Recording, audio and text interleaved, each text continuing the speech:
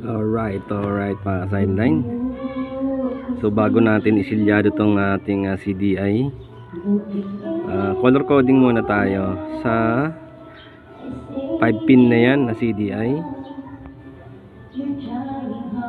Itong blue yellow, yan blue yellow, galing to ng pulser. Itong green na yan, ground yan. Itong white, black, papunta sa susian yan.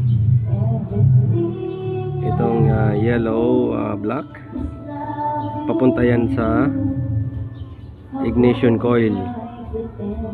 Itong black red, ito yung source natin sa battery, galing kung battery operated ang iyong CDI.